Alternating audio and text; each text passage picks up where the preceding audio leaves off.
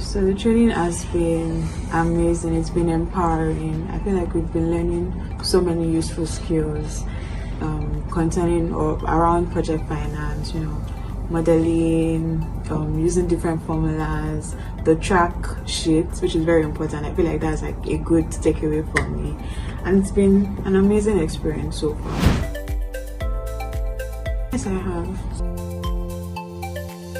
So compared to other trainings I've been on, this training, for lack of better word, is like it's a live training. So I can sort of mirror the learnings I've had on this training to real life scenarios, unlike other ones where we're just learning formulas or just theoretical parts. I mean, we're working on Excel, but it's still very much theoretical. But this one is like we have real life case scenarios. We're learning things outside just the formulas in Excel, like about debts, building flags and all of that. So I feel like it's easy to now take these things and apply in real life tasks. So yeah.